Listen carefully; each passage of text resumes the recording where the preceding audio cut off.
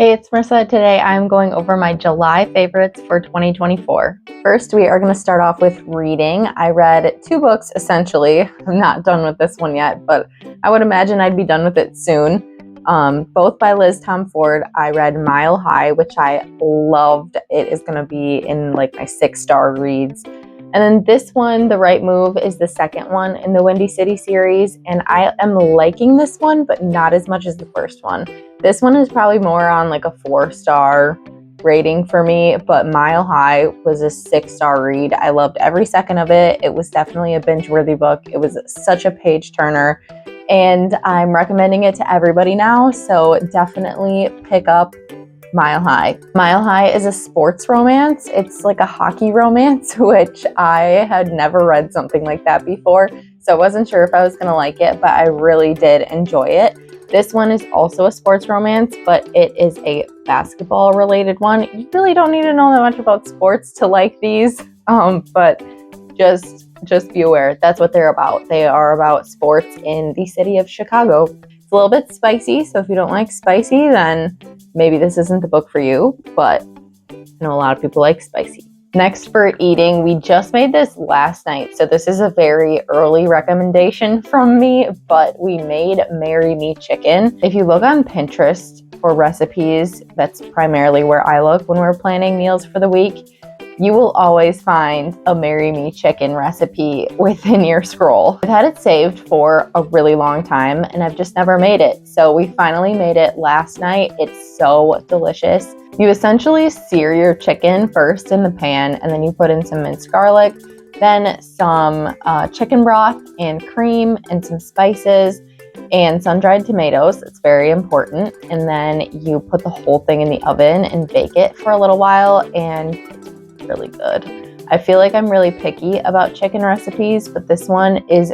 top-notch. You don't even need to put it over anything, but you can put it over noodles, you can put it over rice, vegetables. We just had it with some roasted broccoli. Next is playing. I've been watching a lot of TV lately, so I haven't consumed a lot of music. However, I will say the R.E.P.O.R.T playlist on Spotify has been on repeat during the day because it's just something really easy to listen to while I'm working. So that's what I'll turn on most of the time while I'm working. I'm listening to all the same podcasts that I mentioned in previous months, and kind of the same music as well, I would say. So I don't really have updates on music besides the R.E.P.O.R.T playlist. I will link it in the description and you can go check it out. But I have been watching America's Sweethearts on Netflix. It's the Dallas Cowboys cheerleaders documentary, and I love a cheerleading documentary because I used to be a cheerleader myself. And it's very good. I feel like I grew up watching DCC making the team, and it's very different from that. I feel like it touches on the girls' lives so much more, and it kind of tugs on your heartstrings. I feel like it was a very good, well-rounded show and a really interesting watch, so definitely recommend that one. Max and I are also currently watching Parks and Rec. Of course, I have the entire box set. I've had it for a while, and I've watched this series multiple times.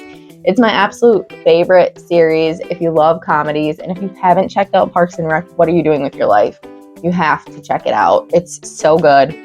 You know, there's the debate between Parks and Rec versus The Office. Love The Office as well, but Parks and Rec is the clear winner for me. Okay, now we're going to move on to Obsessing. There's a couple things I want to touch on for Obsessing. Places that I've been loving lately are public pools and beaches. If you don't have a boat and you want to get out on the water or get a nice tan in, spend some time outside, personally, I think this is one of the best ways to get out on the water.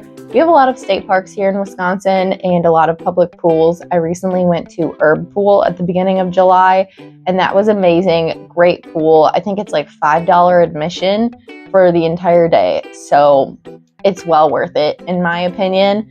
And then a lot of public beaches are free. I personally love Fremont Public Beach. Hartman Creek State Park has a really nice beach as well. In terms of fashion, clothing, appearance, I'm obviously loving a slick back bun lately. I am wearing them whenever my hair is dirty, but it's not greasy enough to wash it. So I definitely don't wash my hair every single day, and my hair has been on the dry side lately. So when I don't feel like washing it and just stripping it of more oil, I just do the slick back bun and it's amazing. I will have to do a tutorial at some point because it's so easy. I've been loving wearing little gold hoops also with the slick back bun and just in general. And then this sweater I'm wearing so much, and like with everything. I'm wearing it with cargo pants, I'm wearing it with dresses, I'm wearing it with jeans. I'm loving wearing it with like a tighter bodycon dress. I have a tank top dress from Amazon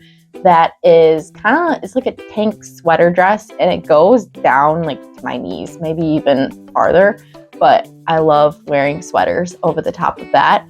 I've had people compliment me on my skirt, like, oh, really cute skirt. And I'm like, it's actually a dress. Like, I'm just wearing a sweater over the top of it. That's something I'm so excited for fall, is to be able to wear sweaters, crop sweaters specifically, over dresses, because I just think it's such a cute look. And I love my fall clothes so much. I cannot wait for the layering season. I've even just like made it work in 60 and 70 degree days that we've had here in the summer. My second R for recommending is kind of random and out of pocket this month. So you're gonna be like, what the heck, Marissa?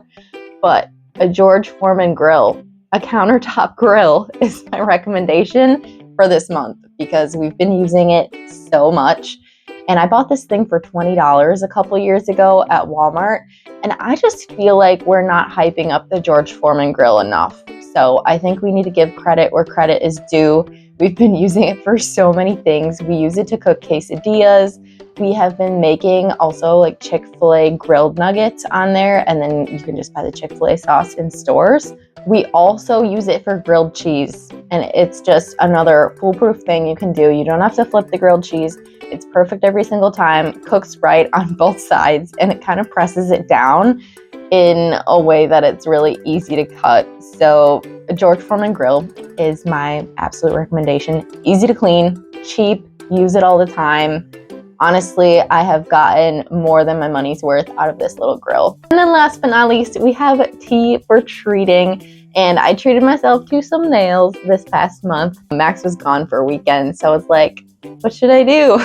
I used to be obsessed with getting my nails done. I would get them done every single month, like clockwork. It was an obsession. And there was like probably a 2-year stretch where I always had my nails done. And I haven't had my nails done for a long time. So I got them done. I went to Elysian and Neenah, and I saw Maria. They have online scheduling, which is really convenient, and everybody there does a really great job. So those are all of my favorite recommendations and things that I'm loving in July. I can't wait to see what August brings. Leave your favorites from July in the comments. Tell me what you've been loving, places you've been loving, meals you've been loving. I'll link everything that I mentioned in the description as well. So if you want to check it out for yourself, you can definitely do that. But if you like this video, please give it a thumbs up. It really helps my channel, and hit that subscribe button so you don't miss a video. I post every single Monday, and I can't wait to see you next week.